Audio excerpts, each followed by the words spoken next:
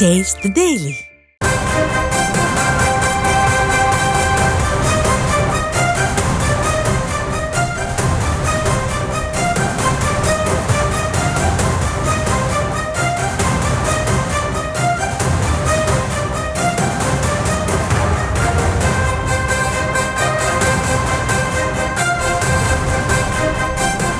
அண்மை செய்தியை தற்போது பார்த்து வருகிறோம்.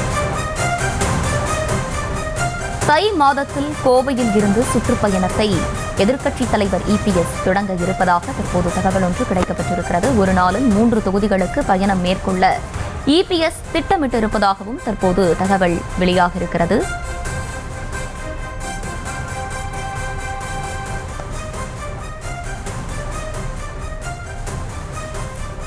கூடுதல் விவரங்களோடு நேரலையில் இணைகிறார் எமது செய்தியாளர் ராஜேஷ். ராஜேஷ், வணக்கம். தை மாதத்தில் கோவையிலிருந்து சுற்றுப்பயணத்தை EPS தொடங்க இருப்பதாக தற்போது தகவல் ஒன்று கிடைக்கப்பட்டிருக்கிறது. விரிவான விவரங்கள் என்ன?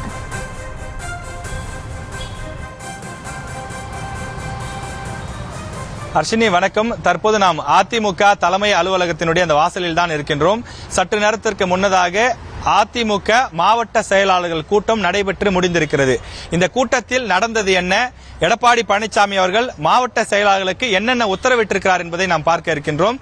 இந்த மாவட்ட செயலாளர்கள் கூட்டத்தை பொறுத்தவரையிலே ஈரோடு கிழக்கு இடைத்தேர்தலில் அதிமுக போட்டியிட வேண்டாமா என்பது குறித்து முடிவெடுப்பதற்காக இந்த கூட்டம் கூட்டப்பட்டது. இந்த கூட்டத்திலே போட்டியிட வேண்டாம், அதிமுக புறக்கணிப்பதுதான் சரி என்று முடிவு செய்யப்பட்டிருக்கிறது. அதை நாம் முன்பே பார்த்திருந்தோம்.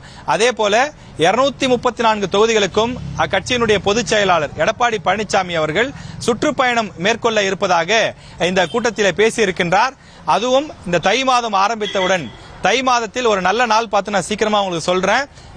வேலுமணி அண்ணன் தொகுதியிலிருந்து தான் இந்த பிரச்சாரத்தை நான் தொடங்க போறேன், அதாவது கோவை மாவட்டத்திலிருந்து தொடங்க போவதாக தெரிவித்திருக்கின்றார். ஒரு நாளைக்கு 3 சட்டமன்ற தொகுதிகள் வீதம் எடப்பாடி பழனிசாமி அவர்கள் இந்த சுற்றுப்பயணத்தை தமிழகம் முழுவதும் மேற்கொள்ள திட்டமிட்டிருக்கின்றார்.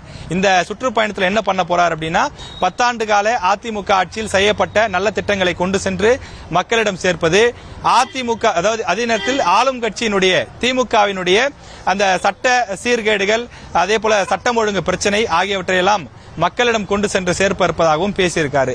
அதே மாதிரி பாத்தீங்கன்னா அடிக்கடி கூட்டணி பத்தி டிவி டிபேட்ல போய் பேசுறீங்க, வெளியில யாராவது யூடியூப் மீடியா பேட்டி கேட்டாங்கன்னா சொல்றீங்க. இனி அதிமுக நிர்வாகிகள், முன்னாள் அமைச்சர்கள் உட்பட அனைவரும் கூட்டணி விஷயத்தை பற்றி யாருமே பேசக்கூடாது என்று தடை வைத்திருக்கிறார். இனி கூட்டணியை பற்றி நீங்கள் யாராவது பேசினால் கட்சி நடவடிக்கை உங்கள் மீது பாயும் என்றும் அவர் தெரிவித்திருக்கின்றார். எனவே இது அங்க இருக்கக்கூடிய அனைவருக்குமே பொருந்தும் என்றும் அவர் சொல்லியிருக்கிறார். கூட்டணியை பொறுத்த வரைக்கும் நான் பாத்துக்கிறேன், கூட்டணியில நீங்க யாருமே தலையிடாதீங்க, அதை பத்தி கருத்துக்கள் எதையும் சொல்லாதீங்க, அது தேவையில்லாத பல சிக்கல்களை உருவாக்குது. கூட்டணிங்கிறது தானா அமையணும், அவங்க வருவாங்க, இவங்க வருவாங்க, இவர் வருவாரு, இதோ வந்துருவாரு, நாளைக்கு வந்துருவாருன்னு சொல்றது நம்ம கட்சியுடைய நிலையை, உயரத்தை குறைக்கும் என்று ஒரு கருத்தினை அவர் தெரிவித்திருக்கிறார். அதே போல அதிமுகவினுடைய மாணவர் அணியை வலுவாக்க சொல்லி இருக்கிறார். அதுவும் எப்படின்னு பாத்தீங்கன்னா 27 வயதுக்கு உள் இருக்கக்கூடியவர்களை மாணவர் அணிக்குள் கொண்டு வர வேண்டும் என உத்தரவிட்டிருக்கிறார்.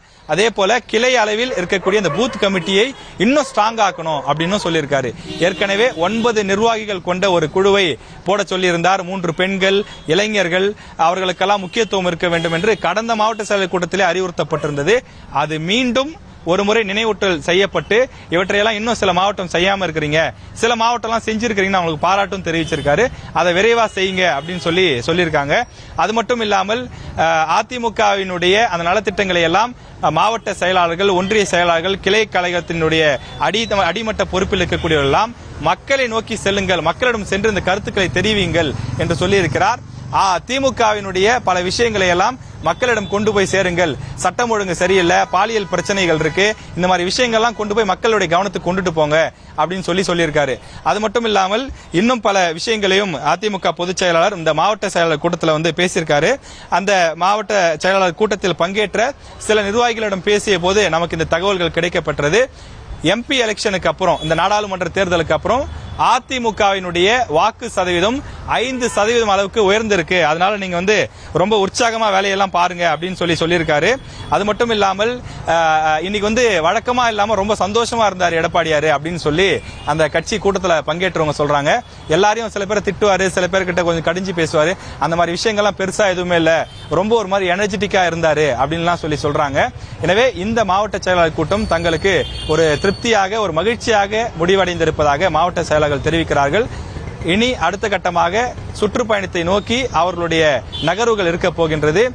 திமுக நடத்தக்கூடிய பல்வேறு விஷயங்களை கண்டித்தும் திமுக அரசை எதிர்த்தும் ஆர்ப்பாட்டங்களை தீவிரப்படுத்த சொல்லியும் மாவட்ட செயலாளர்களுக்கு உத்தரவிடப்பட்டுள்ளது.